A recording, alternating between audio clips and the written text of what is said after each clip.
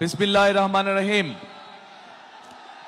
আজকের এই নির্বাচনী জনসভায় উপস্থিত সম্মানিত সভাপতি, উপস্থিত ধানের শীষের প্রার্থীগণ, নেতৃবৃন্দ, আমার সহকর্মীবৃন্দ এবং উপস্থিত খুলনা, সাতক্ষীরা এবং বাগেরহাট থেকে আগত আমার প্রিয় ভাই ও বোনেরা, আসসালামু আলাইকুম। ভালো আছেন আপনারা? আচ্ছা, আলহামদুলিল্লাহ।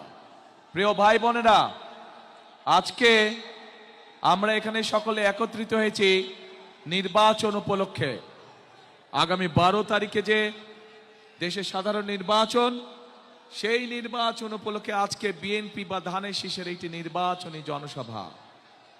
প্রিয় ভাই বোনেরা, আমরা বাংলাদেশ জাতীয়তাবাদী দল বিএনপি আমরা বিশ্বাস করি যে শুধু কথাল ফুলঝুরি নয়, বরং দেশকে আমাদেরকে সামনের দিকে নিতে হবে ভবিষ্যতে।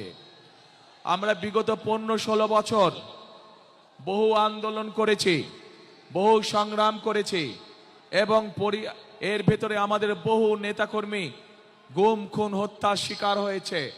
বহু হাজার হাজার লক্ষ লক্ষ নেতাকর্মী, বিএনপি সহ বিভিন্ন রাজনৈতিক দলের নেতাকর্মীরা গায়েবী মামলার অত্যাচার, নির্যাতনের শিকার হয়েছে। তারপরেও বাংলাদেশের মানুষ 2024 সালের সেই জুলাই আগস্ট মাসে দল মত নির্বিশেষে সকলের রাজপথে নেমে এসে বাংলাদেশের স্বৈরাচারকে এই দেশ থেকে বিদায় করেছিল। প্রিয় ভাই বোনেরা, বিগত 16 বছর ধরে বাংলাদেশের মানুষ তার রাজনৈতিক অর্থাৎ ভোটের অধিকার প্রয়োগ করতে পারেনি। বাংলাদেশের মানুষ বিগত 16 বছর ধরে তার মতামতের ভিত্তিতে তার প্রতিনিধি নির্বাচন করতে পারেনি। শুধু সেটি জাতীয় নির্বাচনের ক্ষেত্রে নয়, এমনকি সেটি লোকাল নির্বাচনের ক্ষেত্রেও একই ঘটনা দেখা গিয়েছে। বাংলাদেশের মানুষ গত 16 বছর ধরে স্বৈরাচার সময় তাদের মনের অভিব্যক্তি প্রকাশ করতে পারেনি। কেউ যদি কথা বলার চেষ্টা করেছে, আমরা দেখেছি কিভাবে তাকে রাতের আধারে তুলে নেওয়া হয়েছে, গুম করা হয়েছে, খুন করা হয়েছিল। প্রিয় ভাই বোনেরা, আজ সময় এসেছে, আজ বাংলাদেশের মানুষ তার দাবি আদায়ের জন্য আজ অবস্থান গ্রহণ করেছে এবং 12 তারিখে ইনশাল্লাহ বাংলাদেশের মানুষকে যেই অধিকার থেকে গত 1 যুগেরও বেশি সময় ধরে বঞ্চিত করে রাখা হয়েছিল, সেই অধিকার প্রয়োগ করবে। প্রিয় ভাই বোনেরা, আমরা বিএনপি বাংলাদেশ জাতীয়তাবাদী দল আমরা বিশ্বাস করি যে একটি রাজনৈতিক দল হিসেবে, যেহেতু অতীতেও আমাদের রাষ্ট্র পরিচালনার অভিজ্ঞতা বা দায়িত্বে আমরা ছিলাম, একইভাবে ইনশাল্লাহ আগামী দিনে বাংলাদেশের মানুষের সমর্থনে আল্লাহ তাআলার রহমতে আমরা সরকার গঠন করলে ইনশাল্লাহ আমাদের প্রথম দায়িত্ব হচ্ছে দেশকে পুনর্গঠন করা। কিন্তু প্রিয় ভাই বোনেরা, দেশকে যদি পুনর্গঠন করতে হয় তাহলে দেশের দল মত নির্বিশেষে, শ্রেণী পেশা নির্বিশেষে সকল মানুষকে নিয়ে আমাদের দেশকে পুনর্গঠন করতে হবে। শুধু যে কোনো এক ধরনের মানুষকে নিয়ে দেশ কখনো পুনর্গঠন করা যায় না। হয়তো অন্য কাজ করা যায়, কিন্তু দেশ পুনর্গঠন করা যায় না। প্রিয় ভাই বোনেরা, এই দেশের জনসংখ্যা প্রায় 20 কোটি। এই 20 কোটির মধ্যে অন্তত 10 কোটি জনসংখ্যা হচ্ছে এই দেশের নারী সমাজ, অর্থাৎ জনসংখ্যার অর্ধেক হচ্ছে এই দেশের নারী সমাজ। এই নারী সমাজকে যদি আমরা পেছনে রেখে যতই পরিকল্পনা গ্রহণ করি না কেন, যতই বড় বড় কথা আমরা বলি না কেন, কোনোভাবেই সম্ভব নয় দেশকে সামনে নিয়ে যাওয়া, কোনোভাবেই সম্ভব নয় দেশকে পুনর্গঠন করা। প্রিয় ভাই বোনেরা, সেজন্যই দেশনেত্রী খালেদা জিয়া যখন দেশ পরিচালনার দায়িত্বে ছিলেন, উনি মেয়েদের শিক্ষা ব্যবস্থা ক্লাস স্কুল থেকে শুরু করে ইন্টারমিডিয়েট পর্যন্ত বিনামূল্যে শিক্ষার ব্যবস্থা করেছিলেন, যাতে করে এই বিশাল জনশক্তি, যাতে করে এই বিশাল জনগোষ্ঠী অর্থাৎ নারী সমাজ শিক্ষার আলোয় আলোকিত হয় এবং তারা যাতে নিজেদের পায়ে দাঁড়াতে পারে। প্রিয় ভাই বোনেরা, নির্বাচন এসেছে, স্বাভাবিকভাবেই বিভিন্ন রাজনৈতিক দল তাদের বিভিন্ন লক্ষ্য উদ্দেশ্য জনগণের সামনে উপস্থাপন করবে। কিন্তু আমরা দেখছি একটি রাজনৈতিক দল, এই যে বাংলাদেশের অর্ধেক গোষ্ঠী নারী গোষ্ঠী, যে তাদের সম্পর্কে আমরা দেখেছি কিভাবে তাদেরকে ঘরের মধ্যে আটকিয়ে রাখতে চায়, সেই কথা তারা বলেছে। আমরা দেখেছি একটি রাজনৈতিক দলের একজন নেতা পরিষ্কারভাবে বলে দিয়েছে যে তারা কোনোভাবেই নারীর নেতৃত্বে বিশ্বাস করে না। আমরা দেখেছি একটি রাজনৈতিক দলের নেতা পরিষ্কারভাবে দুদিন আগে বলেছে যে যে সকল মহিলা, যে সকল মা বোনেরা কর্মসংস্থানের উদ্দেশ্যে কর্মসংস্থানের জন্য যান, তাদেরকে, প্রিয় ভাই বোনেরা, আপনাদের সামনে আমার বলতে রীতিমতন লজ্জা হচ্ছে, এমন একটি শব্দ সে আমাদের সব মা বোনদের জন্য ব্যবহার করেছে যা এই দেশের জন্য একটি কলঙ্ক স্বরূপ। প্রিয় ভাই বোনেরা, এই বাংলাদেশে খেটে খাওয়া মানুষের পরিবারের অধিকাংশ নারী কোনো না কোনোভাবে সংসারের উপার্জনের জন্য কাজ করে থাকে। এই বাংলাদেশের লক্ষ লক্ষ 50 লক্ষের উপরে নারী আজ যেই গার্মেন্ট শিল্প নিয়ে সকলে গৌরব করে, সেই গার্মেন্ট শিল্পে নারী শ্রমিকরা কাজ করেন। প্রিয় ভাই বোনেরা, সেটি নিম্ন মধ্যবিত্ত হোক, মধ্যবিত্ত হোক, সকল পরিবারের কর্মজীবী পরিবারের প্রায় সকল নারী আজ সংসার পরিচালনার জন্য দ্রব্যমূল্যের যে ঊর্ধ্বগতি, সকল কিছুর যে দাম ঊর্ধ্বগতি, তার জন্য শুধু স্বামী একা কর্মসংস্থান হয় না, স্ত্রীকেও পাশাপাশি বিভিন্নভাবে কাজ করতে হয় এবং তারা এর মাধ্যমে তাদের সংসার জীবন নির্বাহ করে থাকে। কিন্তু আজ আমরা দেখেছি একটি রাজনৈতিক দলের নেতা পরিষ্কারভাবে নারীদেরকে কিভাবে অসম্মানিত করেছে, তাদেরকে খারাপ ভাষা দিয়ে অসম্মানিত করেছে। প্রিয় ভাই বোনেরা, আমাদের নবী করিম সাল্লাল্লাহু আলাইহি সাল্লাম, উনার যে স্ত্রী ছিলেন বিবি খাদিজাও ছিলেন একজন কর্মমুখী মহিলা। উনি ছিলেন একজন মহিলা ব্যবসায়ী। আজকে যেই দলটি, যাদের নেতা আজ বাংলাদেশের নারীদেরকে একটি খারাপ কিছুর সাথে তুলনা করেছে, তারা বলে তারা ইসলাম কায়েম করবে, কিন্তু নবী করিম সাল্লাল্লাহু আলাইহি সাল্লামের স্ত্রী পর্যন্ত, উনিও পর্যন্ত একজন ব্যবসায়ী ছিলেন। তাহলে আজকে কোথায় গিয়ে দাঁড়ালো বাংলাদেশের নারী সমাজ তথা তাবৎ পৃথিবীর নারী সমাজকে কিভাবে অপমান করা হলো? যে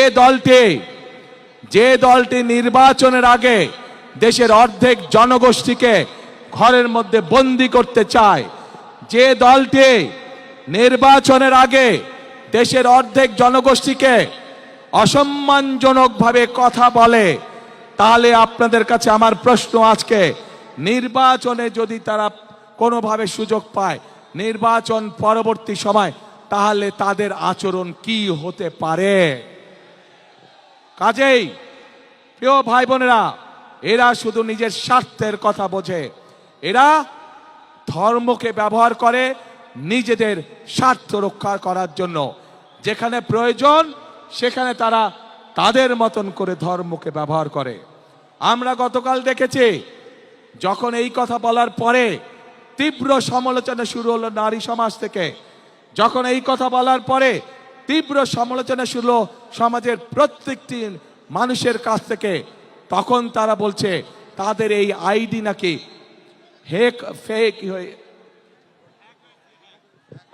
হ্যাক হয়ে গিয়েছিল। প্রিয় ভাই বোনেরা, এই বিষয়ে যারা বিশেষজ্ঞ তারা পরিষ্কারভাবে বিভিন্নভাবে বলেছে যে আইডি এইভাবে হ্যাক হতে পারে না। একটি রাজনৈতিক দলের একজন সিনিয়র নেতা জনগণের সামনে নির্বাচনের আগে এইভাবে মিথ্যা কথা বলছে, দলটি পর্যন্ত মিথ্যা কথা বলছে তাদের আইডি বলে হ্যাক হয়ে গেছিল, অথচ আইডি হ্যাক হয়নি তাদের। কাজেই এরা নির্বাচনের আগে নিজেদের স্বার্থ সিদ্ধির জন্য মানুষের সামনে মিথ্যা কথা তুলে ধরছে, মিথ্যা কথা তারা বলছে। এদের একটাই পরিচয়, এরা মিথ্যাবাদী। এরা নিজেদের প্রয়োজনে নিজেদের স্বার্থেরা মিথ্যা কথা বলে। যারা মিথ্যা কথা বলে, হাজারো লক্ষ কোটি মানুষের সামনে যারা মিথ্যা কথা বলে, যারা বিশেষজ্ঞদের মুখের উপরে মিথ্যা কথা বলে, এরা আর যাই হোক, এরা দেশ দরদি হতে পারে না। এরা আর যাই হোক, এরা কখনো মানুষের দরদি হতে পারে না। এরা আর যাই হোক, এরা কখনো জনদরদি হতে পারে না। এদের দরদ শুধু এদের নিজেদের লক্ষ্যের জন্য, এদের দরদ শুধু এদের নিজেদের উদ্দেশ্যের জন্য। এবং সেই জন্যই প্রিয় ভাই বোনেরা, আমরা যেহেতু বিশ্বাস করি এই বিপুল অর্ধেক জনগোষ্ঠীকে পিছনে রেখে কোনোভাবেই দেশের উন্নয়ন করা সম্ভব নয়, সেজন্যই আমরা বলেছি ইনশাল্লাহ আপনাদের দয়া আল্লাহর রহমতে বিএনপি সরকার গঠন করলে বাংলাদেশের প্রত্যেকটি গৃহিণীর কাছে, প্রত্যেকটি মায়ের কাছে আমরা ফ্যামিলি কার্ড পৌঁছে দিব। যেই ফ্যামিলি কার্ডের মাধ্যমে আমরা দেশের নারী সমাজকে ধীরে ধীরে স্বাবলম্বী করে গড়ে তুলতে চাই, যাতে করে এই নারী সমাজ কারো প্রতি মুখাপেক্ষী হয়ে তা না থাকতে হয়, যাতে করে তারা নিজেদের পায়ে নিজেদের দাঁড়িয়ে যেতে পারে। আজকে বাংলাদেশের তাবৎ মা বোনদেরকে বলবো আমি, যারা আপনাদেরকে এইভাবে অপমানিত করে তাদেরকে আপনারা কিভাবে জবাব দেবেন, আজ সেই সিদ্ধান্ত নেবার সময় এসেছে। প্রিয় ভাই বোনেরা, শুধু তাই নয়, চিন্তা করে দেখুন তাদের দলেও কিন্তু নারী কর্মী আছে। আজ তাদের দলের নারী কর্মীতে আমাদের প্রশ্ন, আপনারাও তো ঘর থেকে বের হয়ে দলের কাজে যাচ্ছেন। ঘর থেকে বের হয়ে যে নারী কাজে যায় তাকে আপনাদের নেতা কিসের সাথে তুলনা করেছে চিন্তা করে দেখুন। তাহলে আমাদের প্রশ্ন, ওই দলের যারা নারী সদস্য আছে তাহলে তাদের প্রকৃতি পরিচয় কি? তাদের নেতার বক্তব্য অনুযায়ী তাহলে তাদের প্রকৃতি পরিচয় কে? যেই দলের নেতা নিজের দলের নারী কর্মীদেরকে এইভাবে অপদস্থ অপমানিত করতে পারে, সেই দলের নেতা যদি সুযোগ পায় তাহলে বাংলাদেশের সাধারণ নারীদেরকে, সাধারণ মা বোনদেরকে তারা কিভাবে অপদস্থ অপমানিত করবে, যার অবশ্য উদাহরণ আমরা 1971 সালেই দেখেছিলাম। এই দেশের লক্ষ লক্ষ মা বোনদেরকে অসম্মানিত করেছিল এই দলটির পূর্বসূরি নেতৃবৃন্দ। কাজেই যাদের কাছে মানুষের কোনো মূল্যায়ন নেই, যাদের কাছে মানুষের কোনো আত্মসম্মান বোধ নেই, তাদের কাছে কখনো দেশ নিরাপদ হতে পারে না, তাদের কাছে কখনো দেশের মানুষ নিরাপদ হতে পারে না, নারী পুরুষ নির্বিশেষে। প্রিয় ভাই বোনেরা, আজ এই খুলনা সহ, সাতক্ষীরা সহ, বাগেরহাট সহ এই বিশাল অঞ্চলে আজ বহু সমস্যা আছে। যেমন এই খুলনা ছিল এক সময় শিল্প নগরী, কিন্তু আমরা দেখছি গ্যাস সহ বিভিন্ন কারণে আজ এই শিল্প নগরী প্রায় মৃত নগরীতে পরিণত হয়েছে, শিল্প মৃত নগরী। আমরা চাই ইনশাআল্লাহ বিএনপি আগামী 13 তারিখে সরকার গঠন করলে এই শিল্প নগরীকে আবার জীবিত শিল্প নগরীতে আমরা পরিণত করতে চাই, যাতে করে সেই সব শিল্পের মধ্যে শুধু পুরুষরাই নয়, সেই সব শিল্পের মধ্যে যাতে নারীদেরও কর্মসংস্থান হয়, সেভাবে আমরা এই অঞ্চলের শিল্প নগরীকে গড়ে তুলতে চাই। প্রিয় ভাই বোনেরা, আমরা এইখানকার তরুণ সমাজের সদস্য যারা আছে, যুব সমাজের সদস্য যারা আছে, বিশেষ করে যারা আইটিতে কাজ করেন, তাদের জন্য এখানে গড়ে তুলতে চাই আইটি পার্ক সহ আরো ফ্যাসিলিটি, যার মাধ্যমে তারা তাদের কর্মসংস্থানের ব্যবস্থা করতে পারবে। প্রিয় ভাই বোনেরা, কৃষক এমন একটি পেশা যা সারা বাংলাদেশের গ্রামে গঞ্জে ছড়িয়ে আছে। এই খুলনা সহ, বাগেরহাট সহ, সাতক্ষীরা, এই 3 জেলার মধ্যে আমাদের লক্ষ কোটি কৃষক রয়ে গিয়েছে, কিন্তু এই কৃষক ভাইরা বিভিন্ন রকম সমস্যার মধ্যে রয়েছে। আমরা সেই জন্য কৃষক ভাইদের পাশে, আমরা মা বোনদের হাতে, গৃহিণীদের হাতে যেমন ফ্যামিলি কার্ড পৌঁছে দিতে যাই, ঠিক একইভাবে আমরা কৃষক ভাইদের কাছেও কৃষি কার্ড পৌঁছে দিতে চাই। শুধু কৃষি কার্ড না, এই কৃষি কার্ডের মাধ্যমে যেমন তার ঋণ পেতে সুবিধা হবে, এই কৃষি কার্ডের মাধ্যমে সেই কৃষক ভাইয়ের হাতে আমরা যেমন প্রয়োজনীয় কীটনাশক, বীজ, সার পৌঁছে দেব, একইভাবে আমরা সিদ্ধান্ত গ্রহণ করেছি যে সকল কৃষক ভাইদের এই বর্তমানে এই মুহূর্তে 10,000 টাকা পর্যন্ত কৃষি ঋণ আছে, সেই ঋণ ইনশাল্লাহ সুদ সহ আমরা মওকুফ করব। প্রিয় ভাই বোনেরা, আজ দেশকে গড়ার সময় হয়েছে। দেশকে আমাদের পুনর্গঠন করতে হবে। এই যে লক্ষ মানুষ আজ এখানে উপস্থিত হয়েছেন, এই দেশ যদি ঠিক থাকে, এই দেশকে যদি আমরা পুনর্গঠন করতে পারি, দেশে বেকারদের কর্মসংস্থান করতে পারি, দেশের নারীদেরকে স্বাবলম্বী করে গড়ে তুলতে পারি, দেশের শিক্ষার্থীদের সঠিক শিক্ষার ব্যবস্থা আমরা তৈরি করতে পারি, দেশের মানুষের চিকিৎসা ব্যবস্থা যদি আমরা তৈরি করতে পারি, তাহলেই একমাত্র সম্ভব আমাদের সেই প্রত্যাশিত বাংলাদেশকে গড়ে তোলা। যেই প্রত্যাশিত বাংলাদেশের স্বপ্ন এখানে উপস্থিত প্রত্যেকটি মানুষের চোখে মুখে রয়েছে। আজান দিচ্ছে না, আজানটা শেষ হচ্ছে। প্রিয় ভাই বোনরা, আজান দিচ্ছে, 1 মিনিট, আজানের পরে আমি আবার বলছি।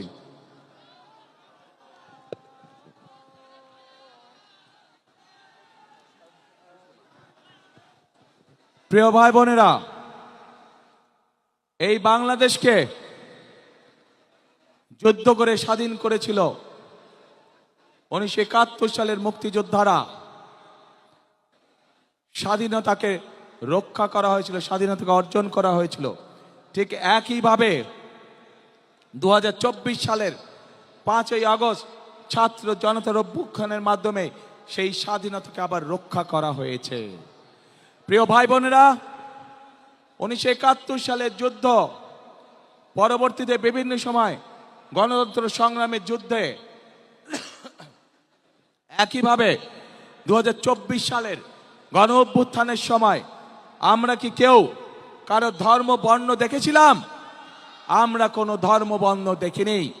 কে মুসলমান, কে হিন্দু, কে বৌদ্ধ, কে খ্রিস্টান, আমরা এটি দেখিনি। আমরা শুধু দেখেছিলাম গণতন্ত্রের পক্ষে, মানুষের অধিকারের পক্ষে কারা লড়াই করার জন্য রাজপথে নেমে এসেছে। প্রিয় ভাই বোনেরা, এই দেশে শত হাজার বছর ধরে প্রত্যেকটি ধর্মের মানুষ শান্তিতে বসবাস করেছে। আমরা চাই, বিএনপির লক্ষ্য এবং বিএনপির উদ্দেশ্য হচ্ছে আমরা সকল ধর্মের মানুষকে সাথে নিয়ে শান্তিতে বসবাস করতে চাই। আমরা সকল ধর্মের মানুষকে সাথে নিয়ে আমাদের কাঙ্ক্ষিত বাংলাদেশ গড়ে তুলতে চাই, যে বাংলাদেশে প্রত্যেকটি মানুষের বিবেচনা হবে, প্রত্যেকটি মানুষকে বিবেচনা করা হবে তার যোগ্যতার ভিত্তিতে, তার মেধার ভিত্তিতে তাকে বিবেচনা করা হবে। প্রিয় ভাই বোনেরা, সেজন্যই একটি বৈষম্যহীন একটি বাংলাদেশ গড়ে তুলতে চায়। কিন্তু এই বাংলাদেশকে যদি গড়ে তুলতে হয়, তাহলে অবশ্যই আমাদের সকলকে পরিশ্রম করতে হবে, আমাদের সকলকে ঐক্যবদ্ধ থাকতে হবে। প্রিয় ভাই বোনেরা, বহু আত্মত্যাগের বিনিময় আজকে যে আমাদের রাজনৈতিক অধিকার, যেই অধিকারের জন্য বিগত 1 যুগেরও বেশি সময় ধরে বহু মানুষ গুম খুনের শিকার হয়েছে, বহু মানুষ অত্যাচার নির্যাতনের শিকার হয়েছে, সেই অধিকার বাস্তবায়িত হতে যাচ্ছে আগামী ইনশাল্লাহ 12 তারিখ। কিন্তু আমরা খেয়াল করছি, একটি মহল বলার চেষ্টা করছে এবার ভোট গণনাতে বলে অনেক সময় লাগবে। শুনেছেন এই কথা আপনারা? প্রিয় ভাই বোনেরা, ষড়যন্ত্র কিন্তু আবার শুরু করেছে।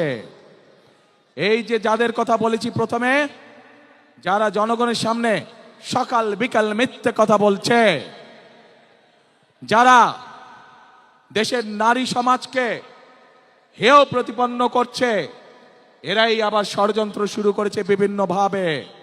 কারণ তারা জানে তাদের এইসব কথাবার্তা, তাদের এইসব কাজকর্ম, এইসব ফাঁকি ঝুঁকে মানুষ ধরে ফেলেছে, এবং সেজন্যই তারা বিভিন্ন ছল ছাতুরির চেষ্টা করছে।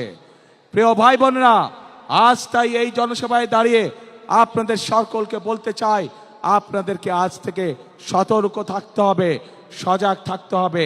যে অধিকার আপনি গত 1 যুগ ধরে পাননি, আবার যাতে এই অধিকার কেউ কেড়ে নিয়ে যেতে না পারে, আপনাদের সকলকে সতর্ক থাকতে হবে। দল, মত, ধর্ম, বর্ণ নির্বিশেষে আমাদের সকলকে সতর্ক এবং সজাগ থাকতে হবে। প্রিয় ভাই বোনেরা, আমরা যদি সকলে ঐক্যবদ্ধ থাকি, সকলে যদি আমরা একত্রিত হয়ে থাকি, তাহলে অবশ্যই আমরা আমাদের সেই কাঙ্ক্ষিত বাংলাদেশ গড়ে তুলতে সক্ষম হব। এবং সেই কাঙ্ক্ষিত বাংলাদেশের স্লোগান হবে একটাই। জানেন কি সেই স্লোগান? করব কাজ, কি ভাই? করব কাজ, গর্ব দেশ, সবার আগে বাংলাদেশ। করব কাজ, সবার আগে ইনশাআল্লাহ। প্রিয় ভাই বোনেরা, আসুন আজ এই জনসভায় আমরা প্রতিজ্ঞাবদ্ধ হই যে আপনাদের